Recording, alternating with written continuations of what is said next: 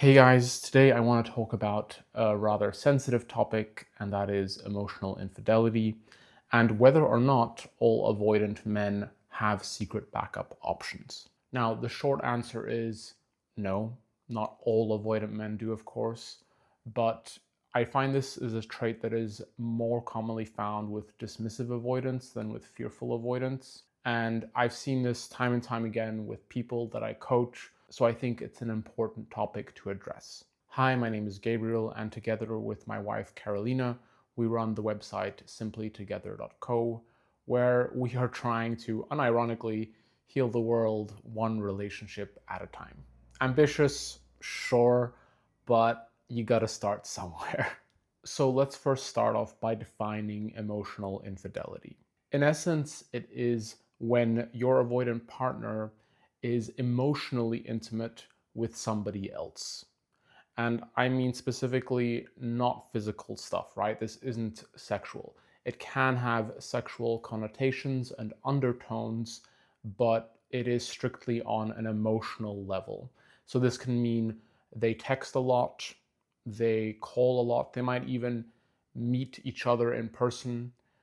And this isn't necessarily even isolated to one person, right? It can be multiple backup options. And emotional infidelity really is about the feeling, right? You can have a very platonic friendship with somebody of the opposite sex, but it is very clear to you, to everybody outside, even your partner, that this is strictly platonic. There is no chemistry, there is no undercurrent. Versus with emotional infidelity, it's the opposite, right? There is some undercurrent. People from the outside will say, something's going on there. They're a bit too close for comfort, whether it's in the way they look at each other or smile or text. There's just something about it that feels a little too intimate. I've got a fly here. Now I've got a few flies here. And the way I often see this play out with people in real life situations is that there's someone that I'm working with that has an avoidant partner, and that avoidant partner just has multiple women in their life. This is mostly with men, and they themselves might insist that it's strictly platonic, there's nothing going on there, but something about it is clearly more intimate than just a platonic friendship. And so they might meet these women, they might talk to them, they might help them and support them a lot, pragmatically or financially. And they're just in touch a little bit too much. It's just too much for comfort. And something in you just feels like, there's more going on here. So why do some avoidant men do this then? And there are a couple of reasons that can explain the behavior. The first one is fear of intimacy. That in a way, a one-on-one relationship to them is too intense, right? If you're spending time together, you're dating, you're having a wonderful time together, in fact. And sure, there's some conflict here and there, but overall, things are going great and your bond is deepening, your connection is deepening, and you can feel that. That can be really scary for them, right? It's too much emotional intimacy. So what they try and do is, instead of having this depth and this connection that's growing stronger, is they try flatten it out by having multiple women in their lives with whom they also share an emotional bond. And it is intimate, but it's also not strong, not particularly strong.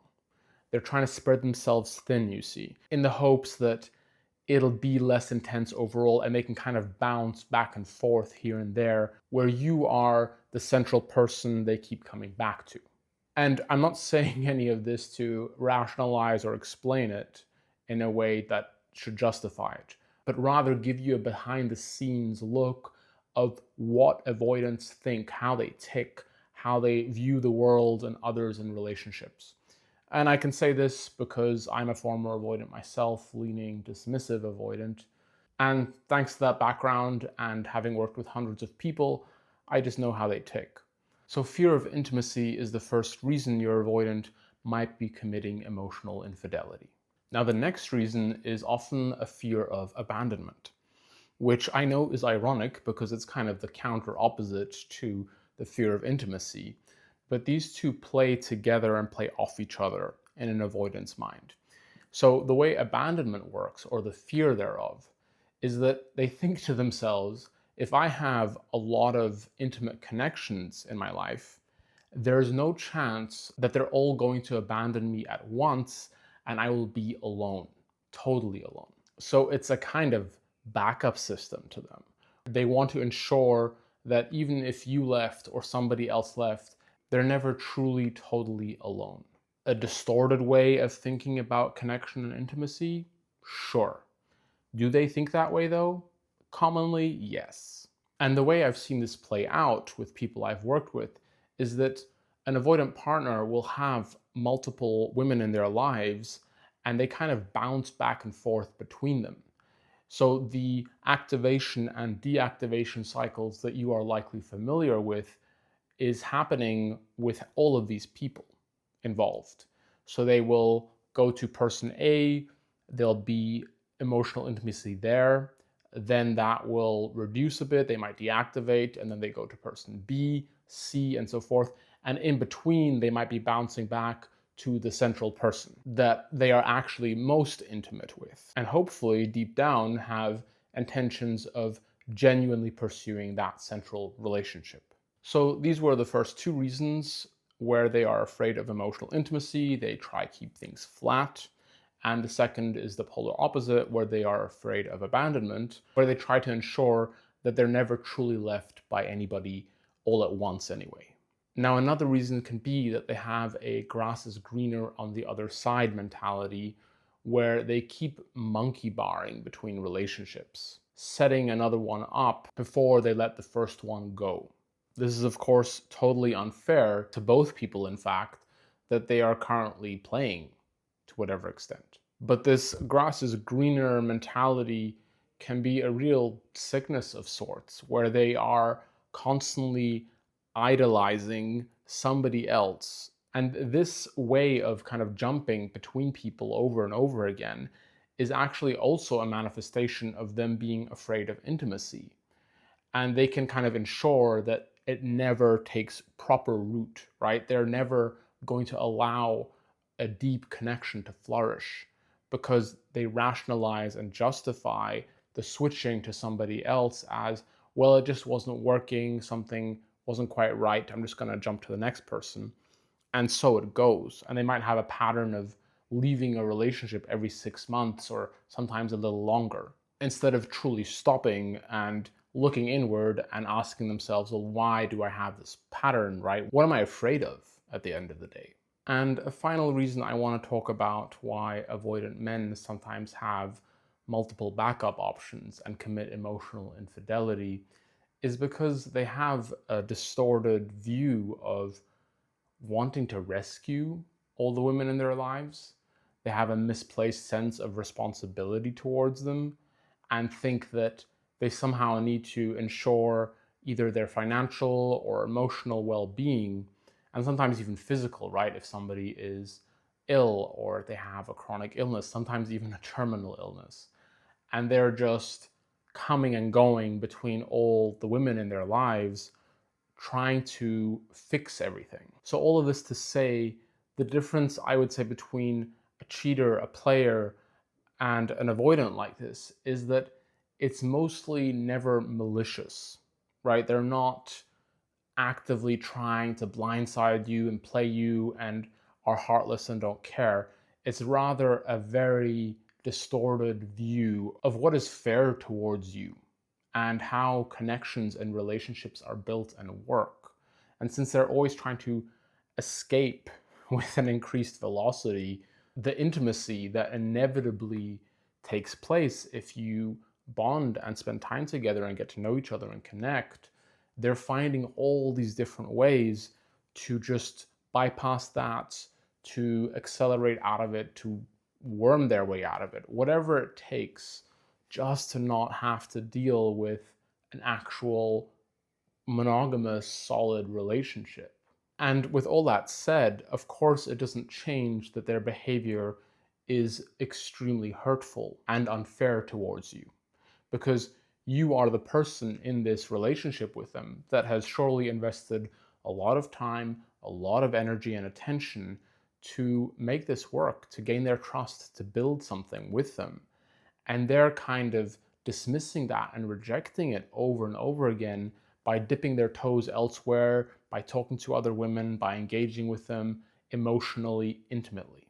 So it's definitely not okay. And I'm not saying any of this to justify it, but just so that you understand why they're doing it, what the process is for them in their heads. Which brings us to, what are your options? Option A is, of course, you leave, right? You say, I've had enough of this. I've spent and maybe even wasted enough time on this man, and I am done.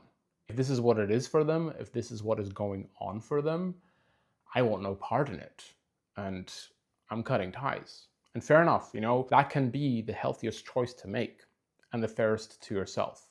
And option B is to evaluate whether your avoidance behavior isn't something that is a characteristic that is fused to who they are, but rather a stage of fear of being trapped or a fear of intimacy that they're going through and that they can ultimately grow out of, right? Because if this is genuinely just a stage that they need to process and work through, then your investment can pay off. Then the heartbreak can be undone and the healing can happen in the form of them seeing the error in their ways, genuinely making a bid for connection with you, just abandoning all other women and side projects in their life, and demonstrating to you that they are genuinely serious here. Then it has a chance to flourish and heal into something beautiful. And if you want some help in knowing how to do that, you might be interested in our Attach and Avoidant program. Because in it, we actually have dedicated chapters that deal with these fears avoidants have, which is the fear of intimacy and the fear of abandonment, and how to relate to them, talk to them, and help them work through it together as a team so that they can build awareness, see the error in their ways, and finally actually commit to you. So if your situation is one where you feel like there's hope and they're just a little misguided, then be sure to check out our Attach and Avoidant program. I'll link it in the video description. Now, as mentioned at the beginning of the video, we are genuinely trying to figure out what the best way is to do our part and trying to help the world heal one relationship at a time within whatever's humanly possible for us, of course.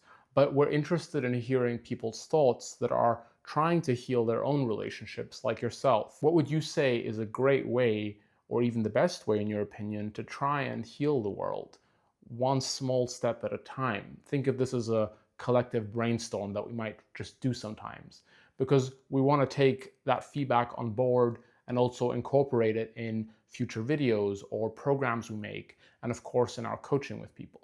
So share your thoughts in the comments, please, and give us your ideas. So if you've reached the end of this video now, but are still actually feeling confused as to whether your avoidant is worth investing or not, whether it is love or lies, then in order for you to gain clarity, I think you might find it helpful to watch this video of mine next, where I discuss whether an avoidant is looking for real love or they're just wasting your time. You can click here to watch that.